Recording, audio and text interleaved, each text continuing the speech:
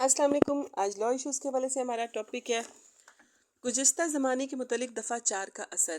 یعنی دفعہ 4 جو ہے وہ مسلم آئلی قوانین آرڈیننس 1961 کی دفعہ 4 ہے، جس میں کہ ان بچوں یعنی جو والدین فوت ہو جاتے ہیں اپنے والدین کی زندگی میں، یعنی بچے کا، پوتے کا، نواسی کا اپنے دادا یا نانا کی جائیداد میں حق. ویسے اگر ہم دیکھا جائے تو جو ہمارا مسلم قانون ہے، اسلامی شریعت میں، دادا کی جائیداد میں پوتے کا اس وقت حق نہیں بنتا جب اس کے والد فوت ہو چکے ہوں اور دادا کی زندگی میں ہی فوت ہو چکے ہوں. مگر جو ہماری مسلم آئلی قوانین آرڈیننس 1961 کی دفعہ 4 ہے، اس کے تحت پوتے کو جائیداد میں حصہ ملتا ہے. مسلم آئلی قوانین آرڈیننس 1961 کا نفاذ 15/7/1961 کو ہوا. اس آرڈیننس کی دفعہ 4 شاید واحد ایسی دفعہ ہے جو اپنے نفاذ کے دن سے ہی ابہام کا شکار رہی ہے. اس کی بنیادی وجہ یہ تھی کہ یہ ہمارے جو اسلامی احکامات ہیں اس سے متضاد تھی.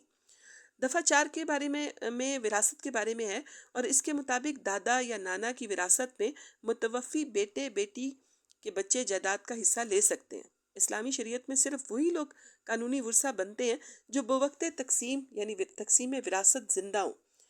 اس وجہ سے 2000 میں فیڈرل شریعت کورٹ نے اللہ رکھا کیس میں اس دفعہ کو غیر اسلامی قرار دیا تھا. مگر چونکہ سپریم کورٹ کے شریعت اپیلیٹ بنچ میں ابھی تک اس کا فیصلہ نہیں ہوا، یعنی وہ منسوخ ہے، پینڈنگ ہے، تو یہ دفعہ ابھی تک نافذ العمل ہے.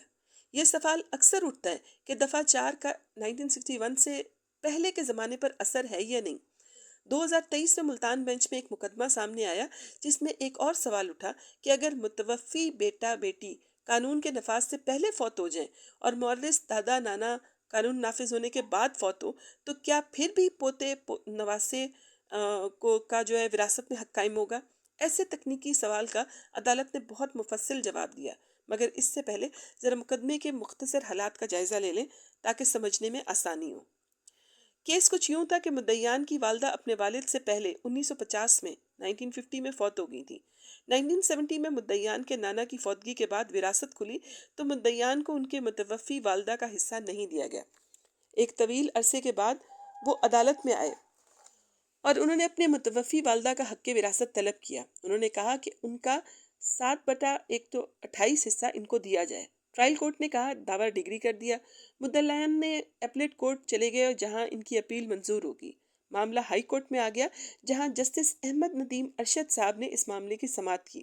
انہوں نے اپنے فیصلے میں کہا کہ سوال جو اٹھایا گیا وہ یہ ہے کہ پٹیشنر کی والدہ اپنے والد سے پہلے 1950 میں فوت ہو گئی تھیں اور اس وقت مسلم آئلی قوانین آرڈیننس 1961 کا نافذ العمل نہیں ہوا تھا.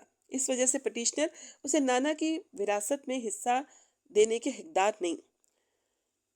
عدالت نے کہا کہ اسلامی قانون کے تحت وراثت مورث کی وفات کے بعد کھلتی ہے اور متوفی مورث 1970 میں فوت ہوا تھا، اس لیے اس سے پہلے 1961 میں مسلم آئلی قوانین آرڈیننس 1961 کا نافذ العمل ہو چکا تھا.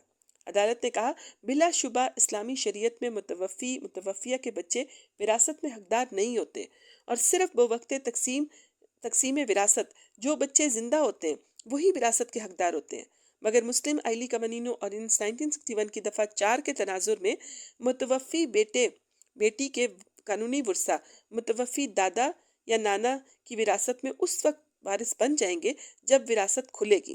اگرچہ بیان کردہ دفعہ فیڈرل شریعت کورٹ کے ایک کیس اللہ رکھا مقدمے کے فیصلے میں کے تحت غیر اسلامی قرار دی جا چکی ہے، مگر اس کو حکومت پاکستان نے چیلنج کر رکھا ہے اور یہ دفعہ اس وقت تک قابل اطلاق رہے گی جب تک کہ شریعت اپیلیٹ بینچ سپریم کورٹ کے سامنے اس کا فیصلہ نہیں ہو جاتا.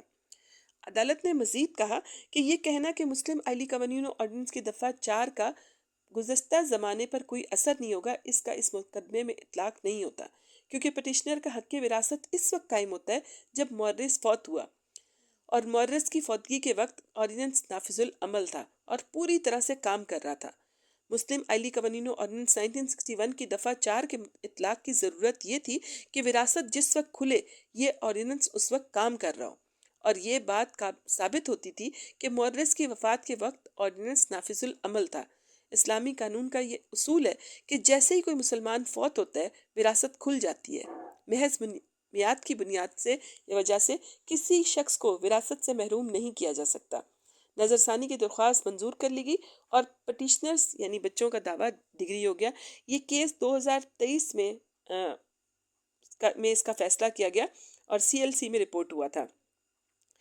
کسی بھی حقدار کو قانونی تکنیکات میں پھنسا کر حق سے محروم کرنا بہت بڑا ظلم ہے۔ عدالت ہمیشہ قانون کے مقصد کو سامنے رکھتی ہے اور فیصلہ کرتی ہے، اسی لیے وراثت کے لیے میعاد کی بھی قید دی۔ ایسے خوبصورت تکنیکی سوالوں کے جواب لے کر مزید آتی رہوں گی انشاءاللہ تعالی۔ اب اجازت دیں، جزاک اللہ خیرہ۔